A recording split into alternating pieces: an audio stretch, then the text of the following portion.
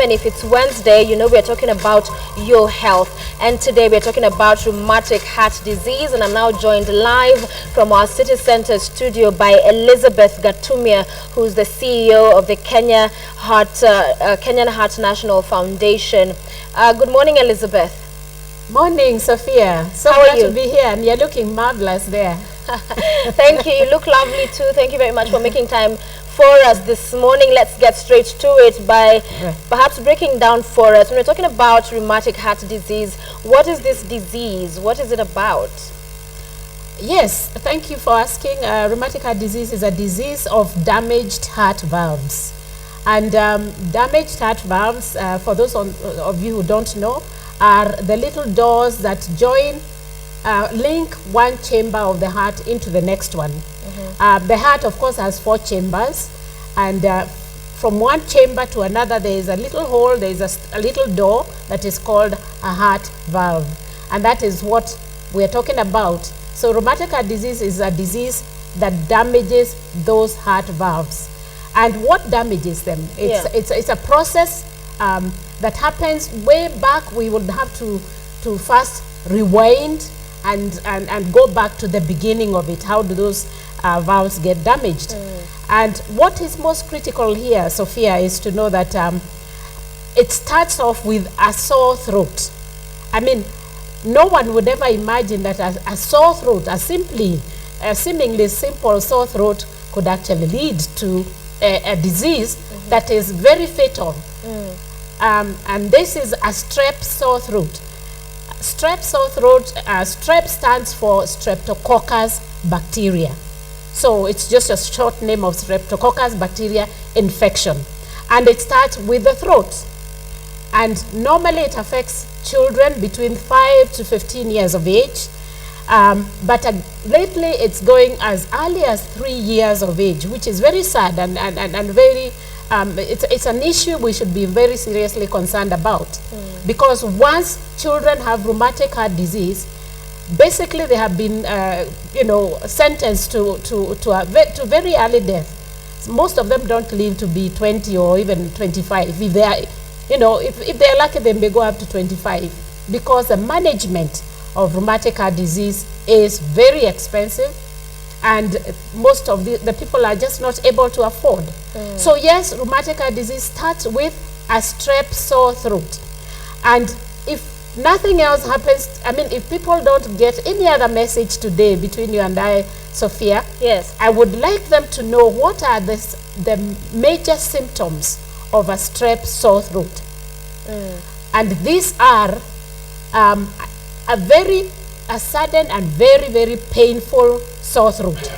Of course, all of us have sore throats, Yes. at one point or another. So how do you tell the difference between this particular sore throat and others? And how you are able to tell is that this particular strep sore throat comes very suddenly. So one symptom for people to realize and to know at the onset is that a strep sore throat comes very suddenly. And usually it's not linked to anything else. For instance, normally we get a sore throat when we have been coughing, after suffering from a cold or something. Then once you've coughed and you've coughed a lot, then the throat gets sore and you feel pain. This particular one, you don't have to have had a cold or a cough. It just comes out of the blues, and suddenly it's a very, very painful sore throat. So that's number one. Number two, very high fever. Again, unexplained. And usually high fever comes from an infection of whatever it is. It could be, of the stomach, could be of the ears, it could be, but this particular one is unexplained, because a child could have been fine just, 2-3 hours earlier, and suddenly again, very high fever.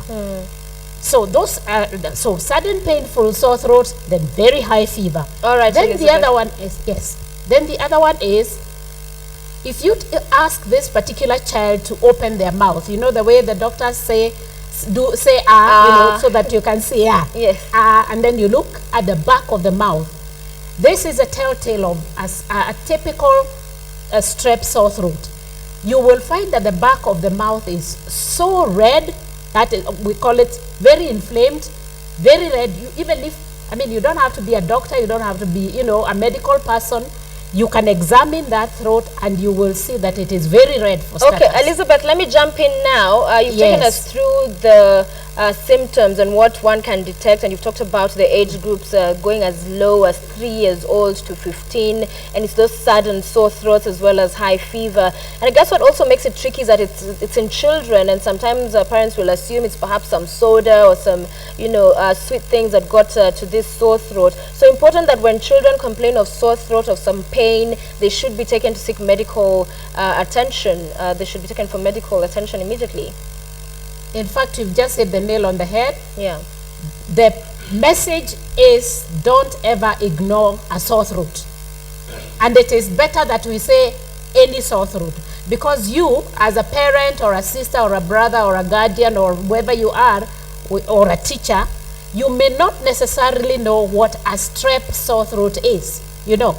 So it is better that any serious sore throat is taken, you know, that comes with those kind of symptoms that I'm talking about, because they're very intense. That pain that I was telling you about is so intense that the child will say, I can't even swallow my own saliva. You know, it's so painful. So don't ignore that. Don't ask the child to go and gargle some warm salty water, as most of us would do.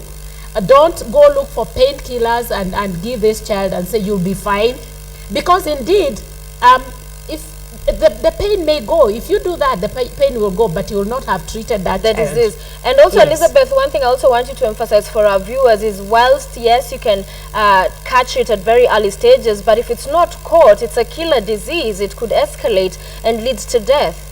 You are so right, Sophia, and that is where the crux of the matter is. The time that you can prevent rheumatic heart disease is when it is at that stage of a strep sore throat. Beyond that, then anything after that is just management and you know, and a lifelong, very expensive and very demanding problem with the whole family, because the whole family becomes sick, so to speak. Okay, Elizabeth, our time is winding down. I must quickly ask you this. On Saturday, you have the awareness for this rheumatic heart disease. Maybe quickly tell us what to expect on that day. It's on Saturday. Give us the details of the day so that if people would want to turn out and perhaps get more information, they could.